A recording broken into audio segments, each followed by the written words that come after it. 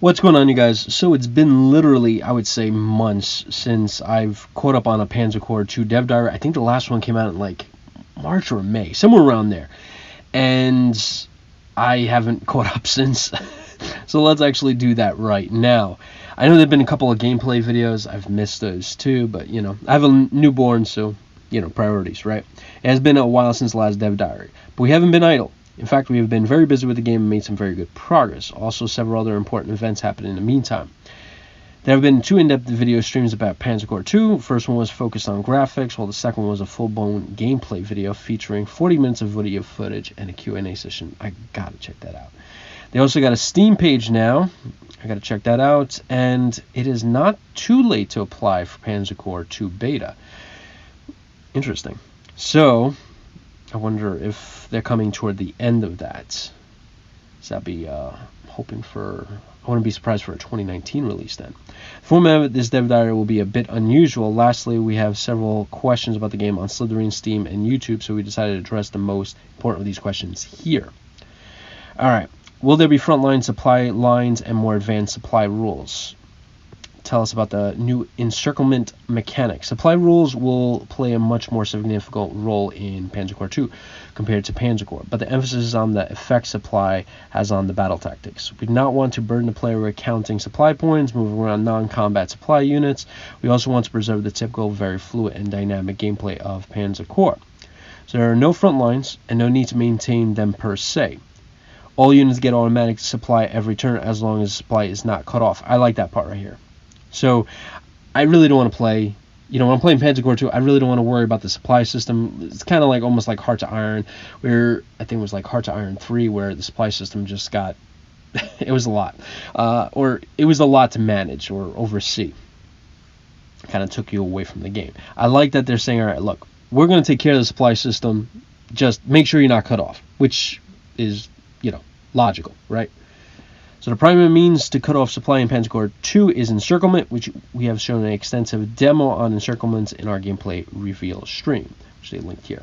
But that video did not answer all the questions, so there are some additional explanation.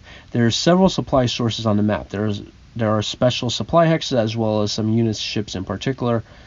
Also, by default, all map edges consider supply source. As long as it's possible to trace a supply line from a unit to one of the supply sources, this unit will continue getting supply fuel and ammo at the beginning of the turn. Supply line can be broken by impassable terrain, impassable from wheel movement perspective, enemy units, or their zone of control. The easiest way to achieve this is to completely encircle a group of enemy units with your own, making sure that all the gaps in your line are at least covered by a zone of control. But terrain can also play a critical role, especially on maps which involve large bodies of waters, lakes, all that stuff. In the right place, just one or a few well-placed units can completely block supply of the enemy. So that's going to be very killer right there, all right? You're going to basically be a Stonewall Jackson in essence, right? Go after the enemy supply, which basically affect their strategic combat offensive operations. So that's something I'm definitely going to be doing. Encircle units not only stop getting supplies, but also get additional suppression and penalties to initiate and to initiative and accuracy in order to reflect their reduced combat ability. All these penalties are cumulative and get worse with every extra turn spent inside encirclements. Interesting. Okay, I like that screenshot here. There was a couple of comments on my video where people were mentioning, I think the terrain in this game is beautiful, right? I love the art style they're going with. It's beautiful. But a couple of people mentioned that it's very almost like grayish. And after it was kind of almost like faded out. And they're like, going through it, I kind of agree with them. It is kind of faded out, but I think that's intentional, right? Because this is World War II, right? This is not like yesterday. This is not the Iraq War, right? This is freaking whatever year this one was, this battle, probably 1942, right? So shit, is old, right? So I think they're trying to incorporate that, kind of give you a faded outlook to kind of immerse you a little bit more into like World War II. So I like that. So props for that. Tell us about the new campaign in PanzerCorps 2. Main campaign included in PanzerCorps 2 will cover the European and Africa theaters from German perspective compared to campaigns in PanzerCorps that will be in the following differences. In terms of size, the new campaign is somewhere between the PanzerCorps Vanilla campaign and the Grand campaign. The exact scenario count is 61. Wow, that's 61 scenarios. Wow, that's a lot. For the first time in the PanzerCorps series, Europe and Africa are combined into a single campaign tree. That's good, with core units traveling from Europe to Africa and back.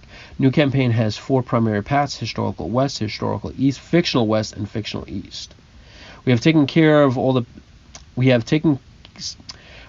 taken special care that all paths are balanced in terms of length. No matter what path you will take, you will roughly play the same amount of scenarios from 20 to 23. A unique feature of the new campaign is the extensive branching. In fact, a new campaign can be described as several campaigns in one. You could do 2 complete playthroughs without seeing a single repeating scenario. That's good.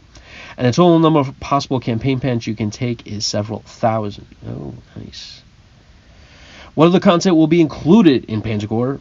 A number of single scenarios, both historical and fictional, complementing the campaign content. A number of balanced scenarios designed specifically for the multiplayer. A tutorial section which will include tutorial campaigns, as well as a number of tactical puzzles and tactical challenges, small but difficult scenarios which will help to hone your player's skill. Overall, we are looking at about 100 scenarios. Holy shit, that's a lot. In 1.0, which is a huge amount of content. No shit. Even without mentioning the random scenario generator. Motherfuck. Which will be also part of the initial release. That's a lot of shit. Wow. Fuck me. Alright. Will there be a new Grand Campaign? This is one of the most frequent questions we're getting because Grand Campaign was very popular with PanzerCorps players. Although it is a bit too early to say, we will very seriously consider making something similar but even bigger and better for PanzerCorps 2. What these DLC plans do you have? Once again, it is a bit too early to say, but our ambitions with this game are even greater than they were in PanzerCorps. If everything goes according to plan, we will eventually cover all factions and all events of the Second World War, including the Pacific Theater, which PanzerCorps series never covered before, and also post-World War II. Holy shit. And the Cold War era. Wow. Damn. Wow. That just... wow. Is it going to be a hot speed mode? Yes. Co-op mode? Yes. In-game editor? Holy shit. We also consider a modem computer would be very important. I made a promise from the editor day one. So basically, on top of all that stuff, there's going to be a massive amount. Holy shit. All those scenarios, plus you're going to have thousands of player-made scenarios, which is going to be killer. I can imagine players making scenarios of like small battles to massive scale campaigns or battles and all that shit. What language will the game support? All those. Has the beta started? We are rolling out beta 3 this week, and there are more than 100 people testing the game already. Alright, what are the beta testers saying? There will be a lot we'll see, but also a lot of suggestions which we're carefully listening to. But to sing out 2 most important parts, general consensus seems to be that both terrain and units look great, so concerns about the graphical parts of the game can be put to rest.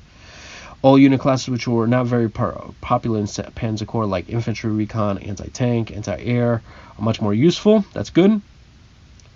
And here's the crowning question that every developer hates getting. When will the game release? When it is ready. Which is the perfect response. Very close now because all major features which we planned for this game are already implemented. However, after 4 years of development, holy shit, this game been going on 4 years, it'll be very foolish to rush. I agree. So that's it. Man, that's beautiful. Shit, that's beautiful. That is absolutely gorgeous. The level of detail. Just, wow. Got those shadows coming from the units. Damn. I just, damn. Holy shit. So I am very motivated for this. Very moto indeed.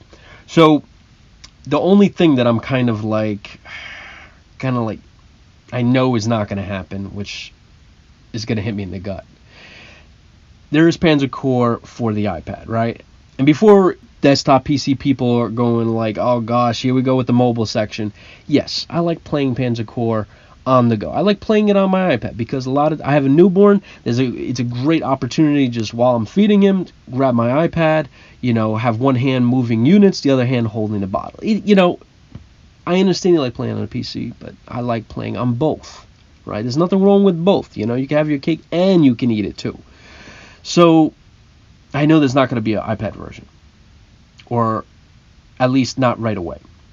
I know that there's been some, I would have to say, changes, right, to the way the App Store is running. A lot of people don't want to, I would say a lot of consumers that are on the mobile platform are not keen to paying for an app. They like the free-to-play platform and then investing in in-app purchasing, which they would have to kind of like redo this game.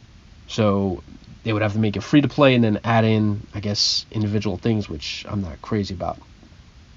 So I'm not crazy about the free-to-play model. The other aspect is there's been some headaches in the past, right? Afghanistan 11, which was on the App Store for like a couple of years, was taken off like in December, and eventually got back on. It's under another name, and I'll put it in the description if you guys want to link to it and purchase it. I do recommend it. It's a really awesome game. But they had to change the name and change a couple other things about the actual app because it violated some App Store guidelines. So yeah, there's, when you investing so much time and effort into a mobile game, and then, if it's ripped out of the store, you have to completely revamp the whole thing to make it fit what people will buy or actually play the game. It's a big commitment. So I could understand it completely from Slytherin's point. I just I would have loved this shit on my iPad. I really would have. Shit, it would be awesome. And I'm not saying there's no hope for it.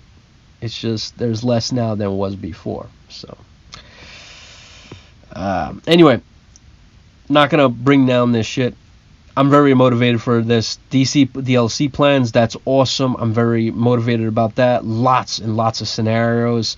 Between the scenarios, the random campaign generator, that the game's gonna be modable. Right there, you just sold me. Those three things. Not to mention all the other things like the supply line system, the updated graphics, the beautiful terrain, all this stuff. Those three things in a PanzerCorps setting is what I want. I want a modable game where I can just go to forums and grab people's, mod, That greatly extends the game. So, anyway, everything else is just frosting on top of the cake. So, anyway, guys, I hope you guys enjoy this. I will catch you guys in the next one. See you then.